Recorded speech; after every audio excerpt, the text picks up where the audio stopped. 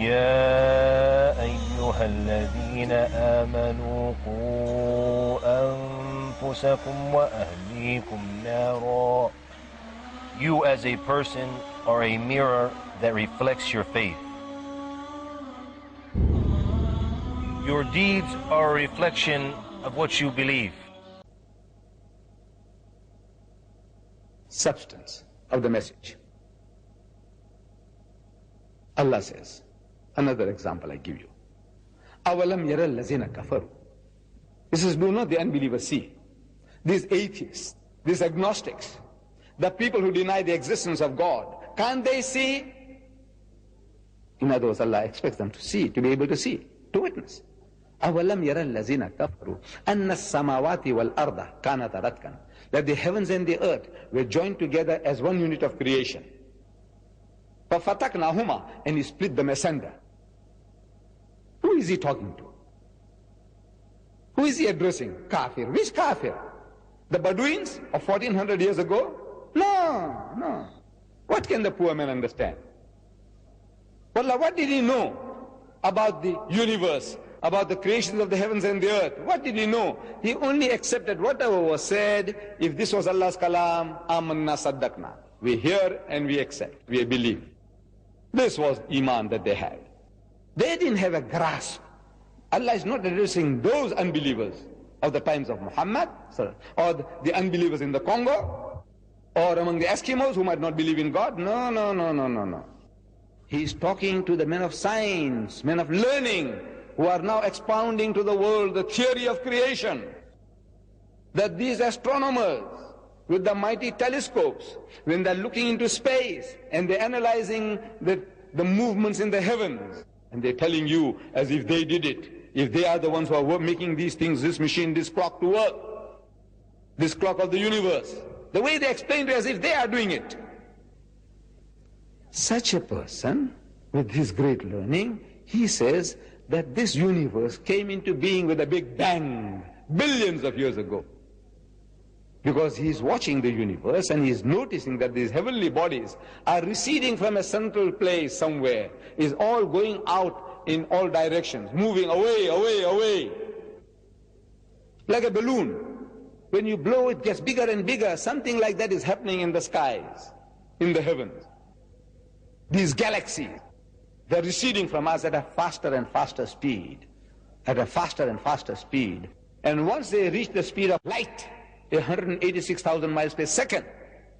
Once they reach that speed, we won't be able to see it anymore, because the light that is coming from there, it won't be coming anymore, it's going away. So we must discover bigger and better telescopes to see the sights, the wonders, otherwise we'll miss the bus. So they say that this universe came into being with a big bang, the Big Bang theory. Who says that? The most learned men of science, astronomers. They say, where did you get these funny ideas from? This fairy tale about a Big Bang. So no, no, no, no, it is not fairy tales. These are facts, demonstrable facts. We can demonstrate it, show you what is happening, and from that we can conclude. If we had a film and put in reverse gear, so we could see what is happening is all coming back again. With the way it's going out, the balloon, if we can deflate it, you'll see it all coming back to one central point. And there was a Big Bang. When did you discover this? He said, yesterday. Because 50 years is yesterday in the history of man. What is 50 years? Nothing. As an illiterate man in the desert, a person who didn't know how to read or write, a person who couldn't sign his own name, he couldn't have known this, could he? He says, no, never. Impossible. Man doesn't know astronomy. He hasn't got the instruments. He hasn't got a telescope. Nothing. In the desert. And among an ummi people, illiterate people. And he is now telling you, this man in the desert, 1,400 years ago, كَانَ تَرَتْكًا فَفَتَقْنَاهُمَا, and he split them asunder. And you biologists, people who study minute life, microplasm, the amoeba, He says, you know, life originated in the sea, water. Without this water, no life. And they tell you, he says, look, we look back in time, in space. He says, look, this is how life originated. There was a time when this earth was a molten mass. Nothing could have survived here. Everything boiling, and over a period of billions of years, you know, the vapors went up and came down, and the vapors went up and came down and started cooling this earth. It took billions of years.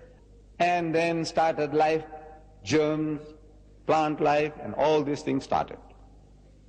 At one time, there was nothing, and then it started. Where did life come from? He says, from the sea.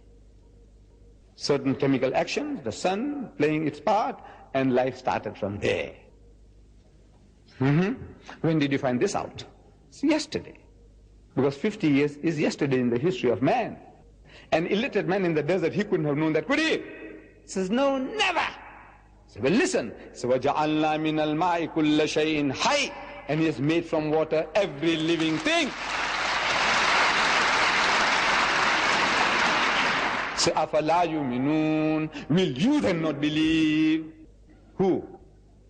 You, men of science, you, men of learning, you kafir, you atheist, you agnostic, why can't you believe?